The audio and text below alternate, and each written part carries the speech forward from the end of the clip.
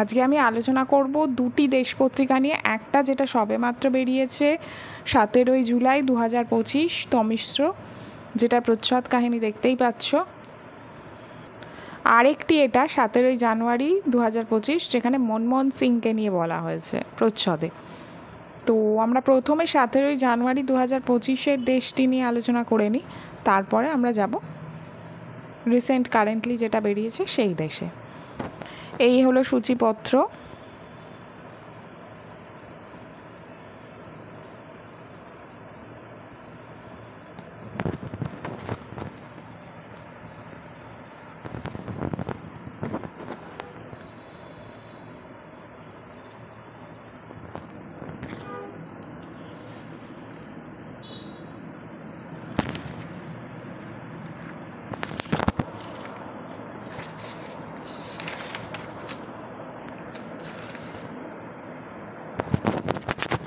আচ্ছা, এখানে সম্পাদকীয়তে মেনলি মনমোহন সিংকে নিয়েই বলা হয়েছে যে মনমোহন সিং কীরকম নেতৃত্ব দিতেন। উনি খুবই স্বল্পভাষী একজন নেতা ছিলেন, মন্ত্রী ছিলেন, এবং যতদিন উনি প্রধানমন্ত্রীর জায়গায় ছিলেন ওনার যে সিদ্ধান্ত গ্রহণ, ওনার সময় যে অর্থনৈতিক জায়গাটা ছিল আমাদের দেশে, সেটা অনেক বেশি একটা শিক্ষার পরিচয় দেয়।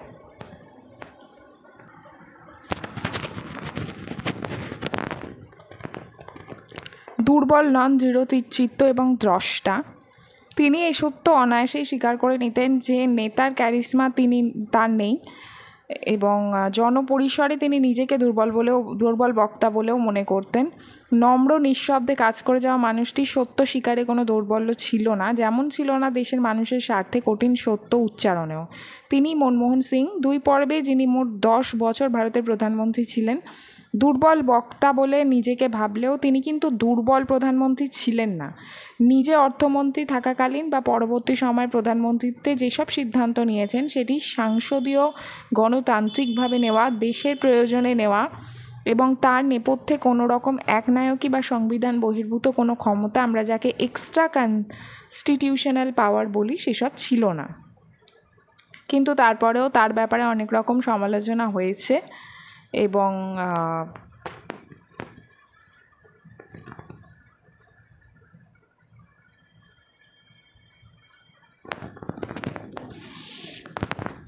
বরং বর্তমান সময় শাসকরা যেটা করে চলেছে, একনায়কতন্ত্র, স্বৈরাচার, এই ধরনের এবং সিদ্ধান্ত যেরকম টাইপের নিচ্ছে, সেটাতে সবার সম্মতি না থাকলেও এক ধরনের সিদ্ধান্ত নেওয়ার প্রচেষ্টা চলছে।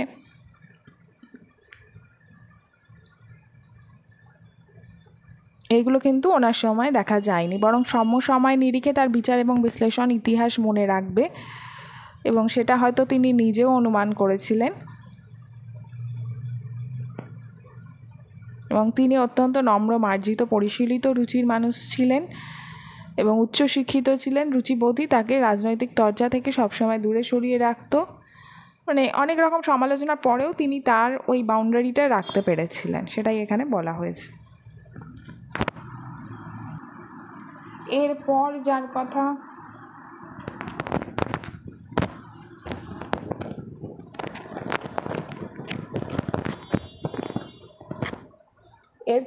কথা এখানে বলা হয়েছে তিনি হলেন শ্যাম বেনেগাল, স্বাতন্ত্র চিহ্নিত চিত্র পরিচালক।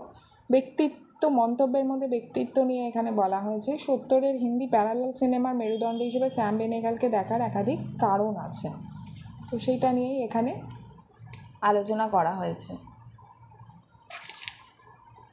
বেনেগালের গুরুত্ব বুঝতে গেলে 2-3টে জিনিস ধরতে হয়। এক, বেনেগাল তার নিজের কমফর্ট জোন থেকে বেরিয়ে 4-5-এর দশকে পশ্চিম, মধ্য ও কিছুটা দক্ষিণ ভারতের পল্লী জীবন ধরতে চেয়েছেন।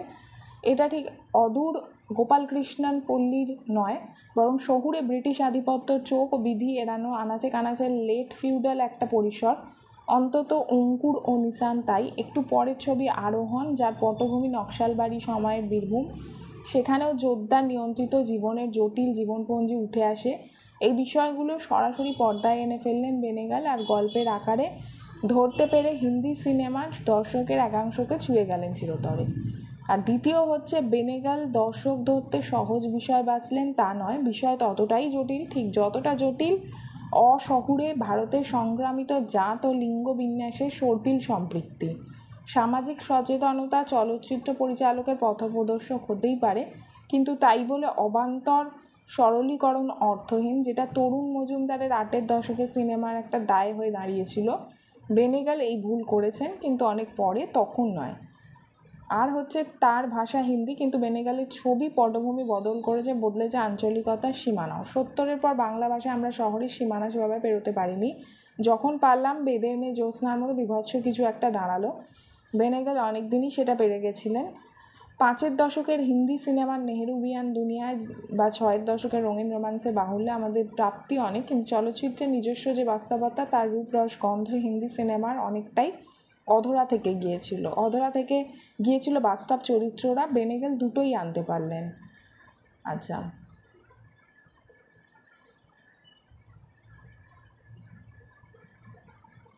তো এইসব নিয়েই এখানে বলা হয়েছে যে 7-এর দশকের হিন্দি প্যারালাল সিনেমার মেরুদণ্ড হিসেবে বেনেগালকে দেখার সেই জন্য অনেক কারণ আছে। পরে ব্যক্তিত্ব, 2 নম্বর ব্যক্তিত্বতে এখানে বলা হয়েছে প্রেসিডেন্ট এবং মানবতাবাদী, এই দুই হিসেবেই নিজের অবদান রেখেছিলেন জিমি কার্টার, পেয়েছিলেন স্বীকৃতি ও সম্মান। জেমস আর্ল জিমি কার্টার, যিনি মার্কিন যুক্তরাষ্ট্রের 39তম রাষ্ট্রপতি, আমেরিকার ইতিহাসে একটি অনন্য স্থান অধিকার করে আছেন। কার্টারের সময়কালে তার নৈতিক অবস্থান, মানবাধিকারের প্রতি প্রতিশ্রুতি, শান্তিপূর্ণ উপায় সংঘাত সমাধানের উপর জোর দেওয়ার জন্য স্মরণীয় একজন কৃষক, নৌবাহিনীর অফিসার, রাজনীতিবিদ এবং শেষ পর্যন্ত মানবতাবাদী হিসেবে কার্টারের জীবন ন্যায় বিচার, সমতা ও কূটনৈতিকতার প্রতি দৃঢ় প্রতিশ্রুতির মাধ্যমে চিহ্নিত হয়েছে।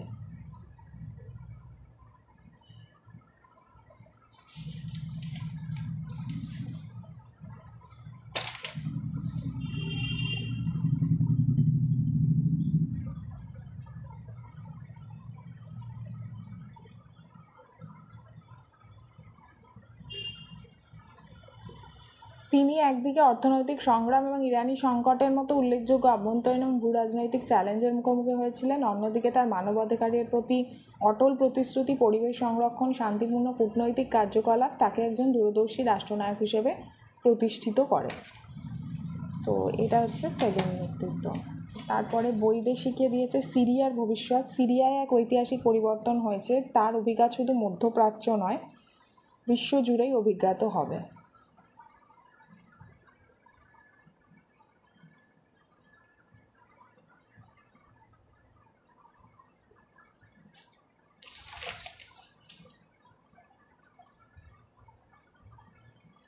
প্রয়াগরাজের চলতি মহাকুম্ভ মেলা 144 বছর পর পালিত হচ্ছে এবছর।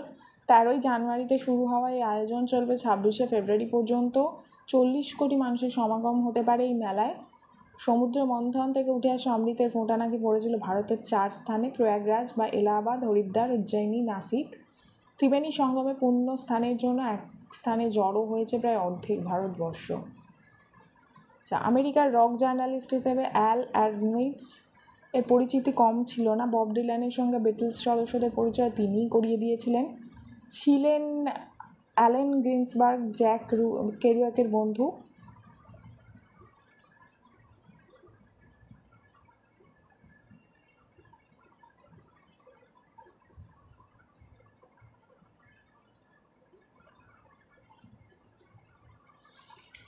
আচ্ছা, তারপরে আছে হচ্ছে এই মনমোহন সিংকে নিয়ে লিখেছেন অনেকে, যেমন প্রেমাংশু চৌধুরী লিখেছেন সংস্কারক। টাকা স্তূপের ওপর হাসি মুখে ছুটে বেড়াচ্ছেন উত্তম কুমার। সত্যজিৎ রায়ের নায়ক ছবির অরিন্দম। মধ্যবিত্ত পরিবার থেকে উঠে আসা অরিন্দমের শীর্ষে পৌঁছানোর উচ্চাকাঙ্ক্ষা পূরণ হয়েছে, অথচ বড়লোক হওয়ার জন্য ছুটতে গিয়ে ব্যক্তিগত জীবনে অধগমনের অপরাধবোধ তাকে তাড়া করছে। 1966 সালে নায়কের এই দৃশ্যের ঠিক উল্টো ছবি 1996 সালের ইয়েস বসে। মধ্যবিত্ত পরিবারের সন্তান শাহরুখ খান বড়লোক হওয়ার স্বপ্নে মশগুল হয়ে টাকা স্তূপে শুয়ে থাকেন।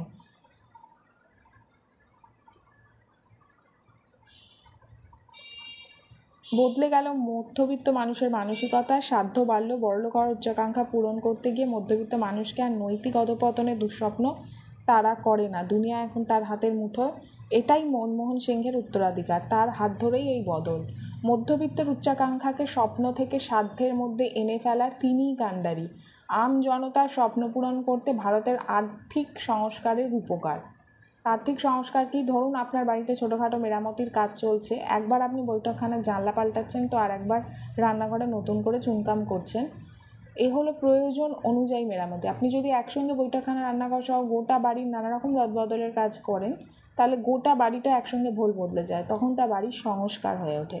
আর্থিক সংস্কারও আসলে তাই। আর্থিক নীতিতে বারবার ছোটোখাটো নানা রকম রদবদল না করে এক ধাক্কায় একগুচ্ছ প্রয়োজনীয় পরিবর্তন, যাতে অর্থনীতির দিশাই বদলে যায়। 1991 সালে ভারতের অর্থনীতির সেই সংস্কারের কাজটাই করেছিলেন মনমোহন সিং। আজ আপনার হাতের মুঠোয় মোবাইল, তার কৃতিত্ব মনমোহন সিংয়ের আর্থিক সংস্কার। ভেবে দেখুন, একদিন টেলিফোনও আমজনতার ধরাছোঁয়ার বাইরে ছিল, আজ সকলের হাতে স্মার্টফোন। তার সুবাদে দুনিয়ার যাবতীয় তথ্য নখদর্পণে। কম্পিউটার, ল্যাপটপ হোক বা এসি, রেফ্রিজারেটর, এসব আর বিলাসিতার বস্তু নয়। আপনার ছেলে মেয়ে আজ তথ্য প্রযুক্তি সংস্থায় চাকরি করছে, আমেরিকা ইউরোপে কাজ করতে যাচ্ছে। এর কৃতিত্ব মনমোহন আর্থিক সংস্কার।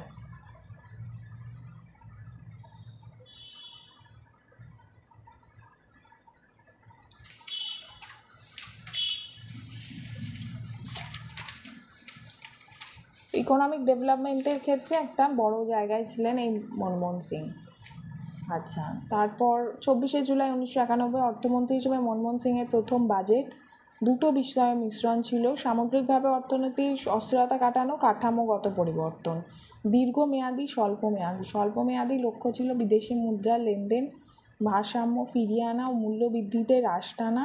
দীর্ঘমেয়াদী লক্ষ্য ছিল বাণিজ্য, শিল্পনীতি, রাষ্ট্রায়ত্ত সংস্থার কাজ কারবার চলে সেই প্রাতিষ্ঠানিক ব্যবস্থার বদল।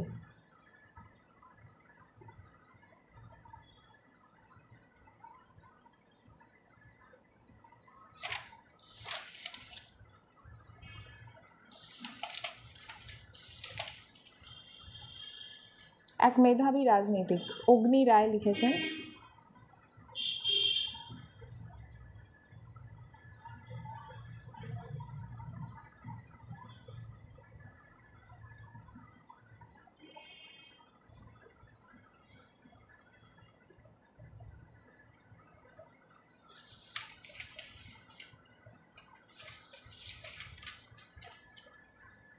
বাঙালির কতটুকু মনমোহন। শুভময় মৈত্র লিখেছেন,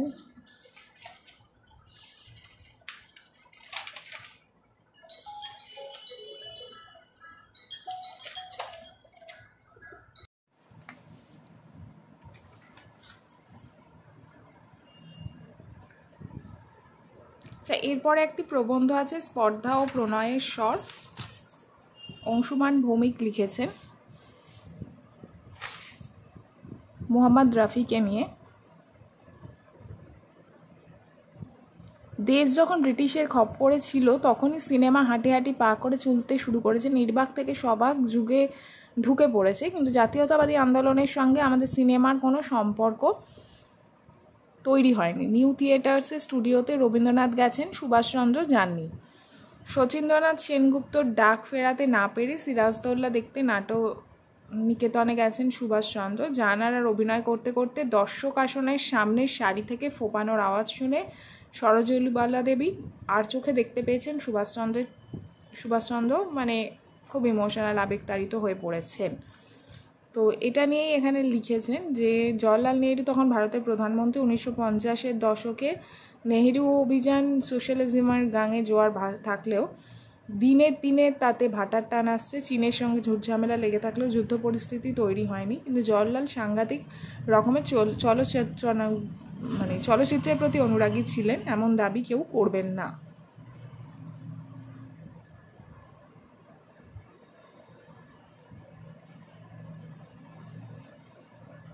জওহরলাল ব্যতিক্রম ছিলেন না, তিনিও সেন্সেশনাল কিছু দেখলে 7 হাত দূরে থাকতেন।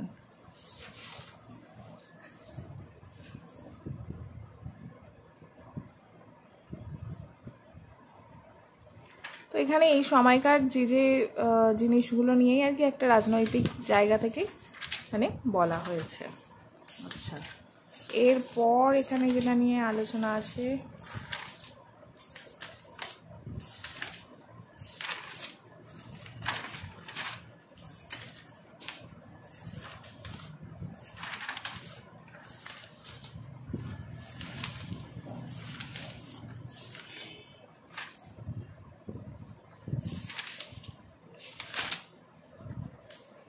শিল্প সংস্কৃতিতে দিয়েছে দৃশ্য ও দৃশ্যের ভাঙা গড়া। এই প্রদর্শনীতে আমরা এক অন্য যামিনী রায়কে পাই, চিনে নিতে পারি ছবি নিয়ে তার ভাবনার বিবিধ স্তরগুলোকেও। দেবভাষার গ্যালারিতে সম্প্রতি অনুষ্ঠিত হয়ে গেল যামিনী রায়ের ছবির একটি প্রদর্শন। প্রদর্শিত ছবির প্রায় সবগুলোই রেখাচিত্র, এবং প্রথমেই বলে রাখা ভালো যে যামিনী রায়ের ছবি বলতেই যে উজ্জ্বল বর্ণিল দৃশ্যকল্প আমাদের চোখের সামনে ভেসে ওঠে, তার সঙ্গে এই কাজগুলোর প্রায় কোনো মিলই খুঁজে পাওয়া যায় না, অন্তত প্রাথমিকভাবে। বেশিরভাগ ছবি পেন অ্যান্ড ইঙ্কে করা স্কেচ, কিছু কিছুর মধ্যে স্টাডিও, সেগুলোও অত্যন্ত ক্ষুদ্রায়তন।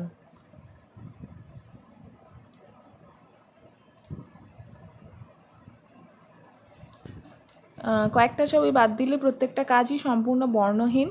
তার ছবির সঙ্গে সজ্জা ও সামঞ্জস্যের বোধ দর্শকের মনে এমনভাবে ওতপ্রোতভাবে হয়েছে যে বিশেষ কাজগুলোতে পূর্ব পরিকল্পনাবিহীন দ্রুত রেখার চলন চেনা প্রিমেডিটেটেড রেখার থেকে স্বতন্ত্র স্বভাবতই খানিকটা অপরিচিত লাগে।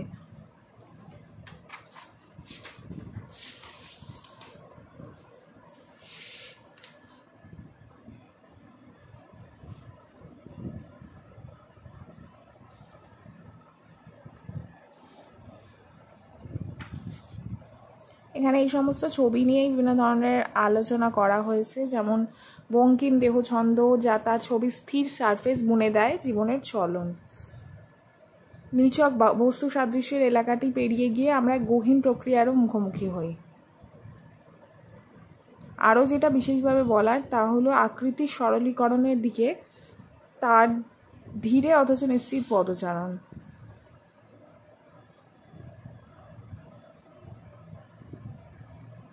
এখানে দেখতে পাই বেড়াল ও কুকুরের অবয়ব, রয়েছে হরিণ, হাতি ও ঘোড়াও।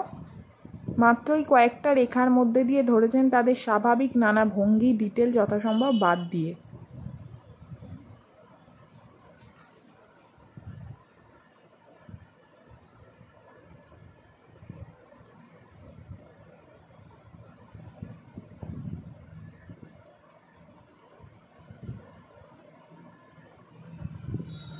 তো এই সমস্ত ছবিগুলো নিয়েই এখানে বলা হয়েছে কীভাবে স্কেচ করেছেন ওই যামিনী রায়ের ছবিগুলো নিয়ে। ঠিক আছে,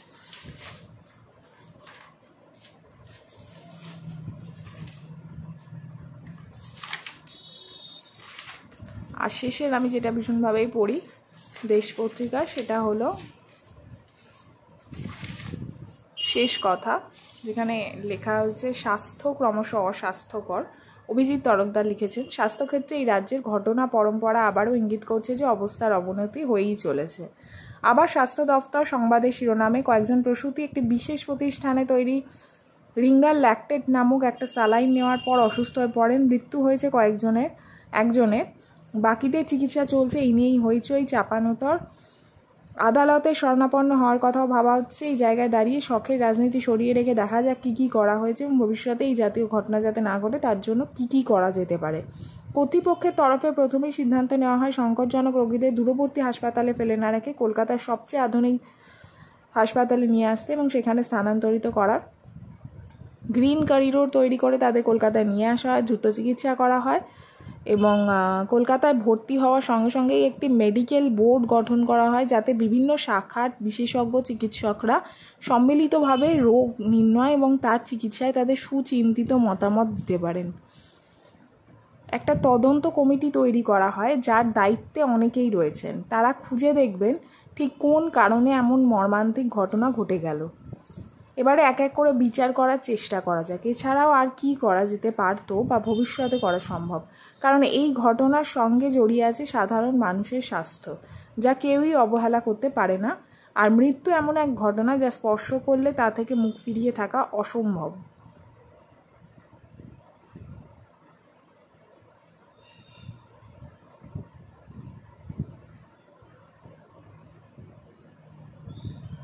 আবার সেই আইনি ভাষায় কোনো ক্রাইম যে প্রথমবার করে তাকে আর যে বারবার করে হ্যাবিচুয়াল অফেন্ডার, তাদের আইন এক দৃষ্টিতে দেখে না। যখন একই রকম ঘটনা বারবার ঘটতে থাকে তাকে গুরুত্ব না দিয়ে পারা যায় না, তখন চিন্তা হওয়াটাই স্বাভাবিক। এই সমস্ত ঘটনার মধ্যে কোনো অলক্ষ্য যোগসূত্র নেই তো। তো এই হলো 17 জানুয়ারি 2025 দেশ।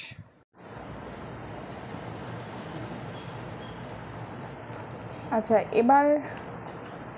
এইবারে যে দেশটা বেরিয়েছে 17 জুলাই 2025, সেটা নিয়ে আমি একটু আলোচনা করে নিই। এই হলো তার সূচিপত্র। এখানে সম্পাদকীয়তে যেটা নিয়ে লেখা হয়েছে, ঘন তমসাবৃত এই সময় একটি নির্ভীক প্রাণ, স্বাধীন চেতা, সত্যের অনুগামী, আঘাতে আঘাতে আক্ষরিক অর্থেই দুমড়ে মুচড়ে দেওয়া হয়েছিল তার বিশ্বাস ও শরীর। তাতেও রেহাই নেই, জীবিত থাকার অধিকার হারাতে হয় তাকে প্রতিবাদ করেছিল বলে। অন্যায়ের বিরুদ্ধে প্রতিবাদ, কর্তৃপক্ষের অবৈধ কার্যকলাপের বিরুদ্ধে প্রতিবাদ, আরজিকর, অভয়া, মোমবাতি মিছিল, রাত জাগা, বছর ঘুরল না, আরজিকরের ঘটনারই পুনরাবৃত্তি ঘটল সাউথ ক্যালকাটার ল কলেজে।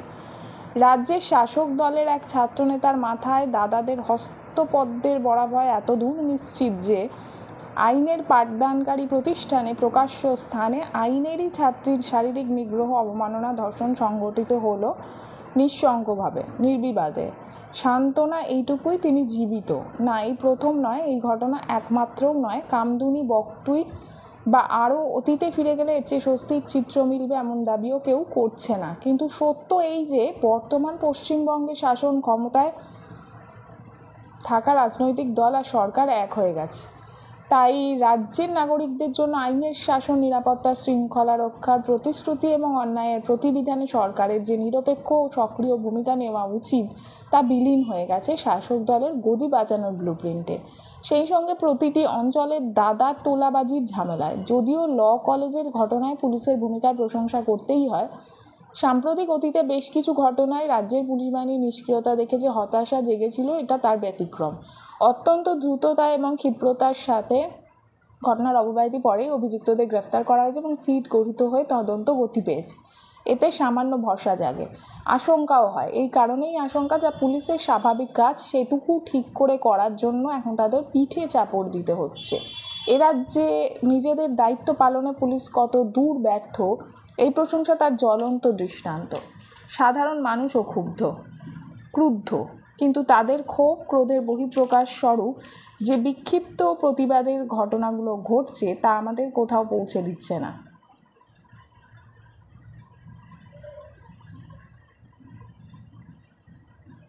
তা না হলে একাধিক নিগ্রহের অভিযোগ থাকা সত্ত্বেও মনোজিৎ কী করে কলেজের অস্থায়ী চুক্তিভিত্তিক কর্মী হিসেবে নিয়োগ পান? তো এইটাই হচ্ছে এবারে সম্পাদকীয়। এখানে আমরা দৃষ্টিকোণে মন্তব্যতে দেখতে পাচ্ছি, ছাত্র রাজনীতির 6 দশক, যেসব শিক্ষাঙ্গন থেকে ভবিষ্যতে কুখ্যাত বাহুবলীরা তৈরি হয়, হুবহু সেই একই পথে এগোচ্ছে রাজ্য। 67 থেকে 72, 72 থেকে 77, 77 থেকে 2011, অর্ধ শতাব্দীরও বেশ খানিকটা সময় জুড়ে মোটের উপর 3-3টে ঘরানার ছাত্র রাজনীতি দেখেছে পশ্চিমবঙ্গবাসী।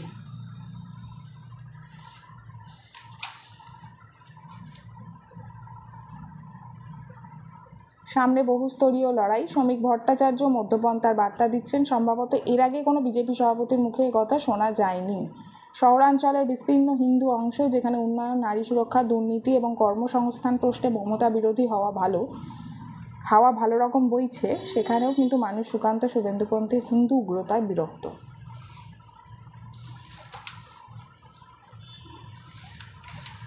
ফেডারেশন বনাম পরিচালক, বর্তমান শাসক দলের দাপট বজায় রাখার জন্য বিনোদন জগতেও একটা সিন্ডিকেটের আমদানি করা হয়েছে।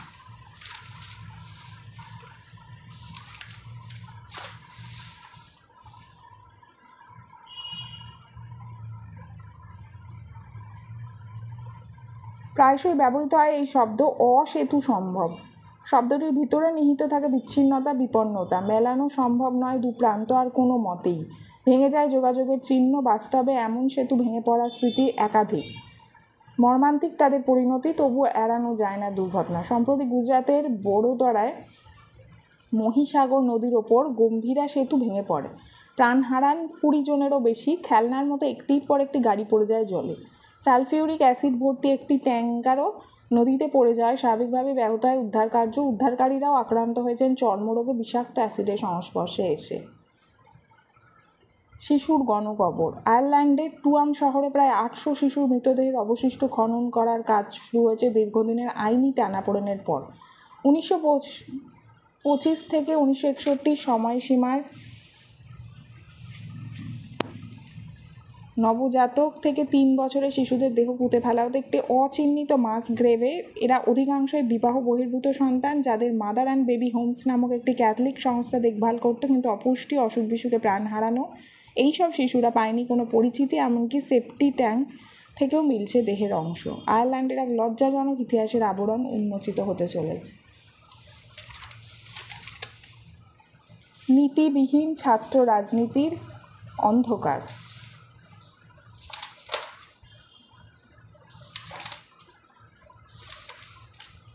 এটা নিয়ে লিখেছেন শাশ্বতী ঘোষ। শিক্ষাক্ষেত্রে নিরাপত্তা, অনির্বাচিত নেতাদের দাপট, নজরদারি নয় দেখাশোনা, এই সমস্ত কিছু আলোচনা হয়েছে। একই পথে আরজিকর এবং কসবা। শুভময় মৈত্র লিখেছেন হিংসা আধিপত্যের বাইরে। দীপশিতা ধর লিখেছেন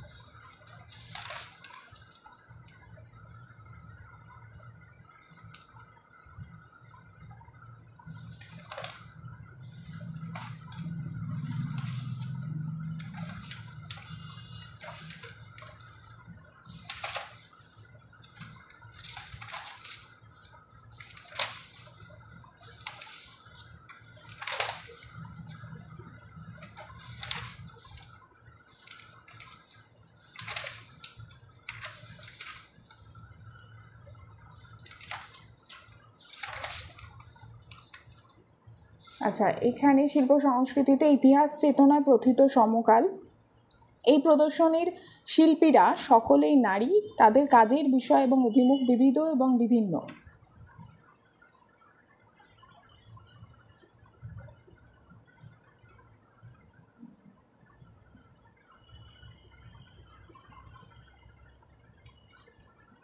দ্য গ্রুপ নামে শিল্পগোষ্ঠীর সদস্যদের কাজ নিয়ে একটি বড়সড় প্রদর্শনী কিছুদিন আগে অনুষ্ঠিত হয়ে গেল একাডেমি অফ ফাইন আর্টসে।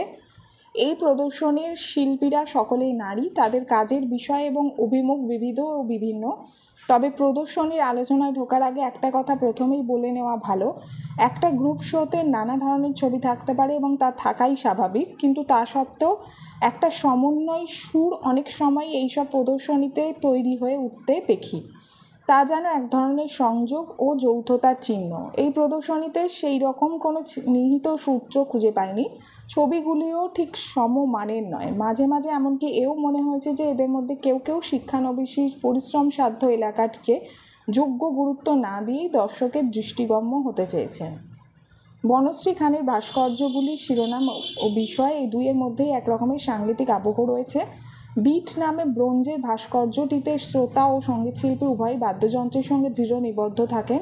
তাদের একে অন্যের সঙ্গে সংযুক্ত করে রাখে এক স্পন্দিত সঙ্গীত বলয়। কাজটির কম্পোজিশনের মধ্যেই অন্তরঙ্গ স্পেসটির আভাস রয়েছে, যা বহির্জগতের অংশ হয়েও তা থেকে ছিন্ন ও স্বতন্ত্র।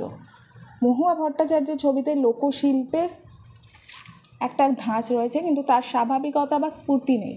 মাছ ও বিড়াল নিয়ে তার যে কাজটা, তাতে নাইভিটির দিকে যাওয়ার একটা স্পষ্ট প্রচেষ্টা রয়েছে এবং তা চোখে পড়ে।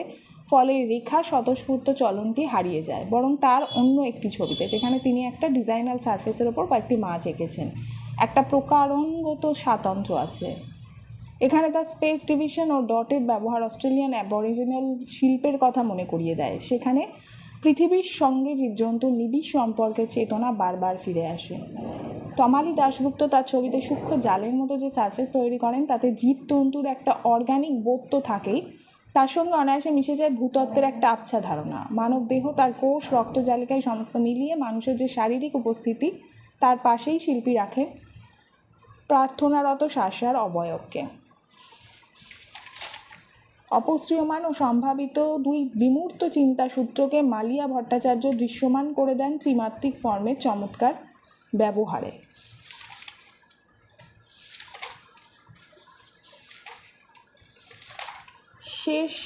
এখানে শেষ কথায় লিখেছেন হিন্দোল ভট্টাচার্য, গলার জোরে ভাষায় বাঁচবে ভাষা। ভাষা লুপ্ত হলে সেই জাতির ইতিহাসও লুপ্ত হয়। বাঙালি ক্রমশ আত্মবিস্মৃত হওয়ার পথে।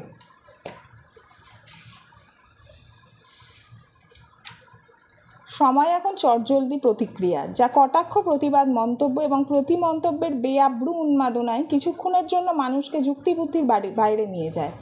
হয়তো যে বিষয় সমালোচনা তা যথার্থ, হয়তো বা নয়, কিন্তু যেভাবে মানুষ অল্প কিছুদিনের জন্য সচিত্র, সুতীক্ষ্ণ এবং উগ্র হিংসাত্মক পদ্ধতিতে গর্জে ওঠে তা অসহিষ্ণু এবং অভিনব। এই যেমন বাংলা ভাষা সংক্রান্ত এক অভিনেতার মন্তব্য নিয়ে কয়েকদিন আগে তুলকালাম হলো।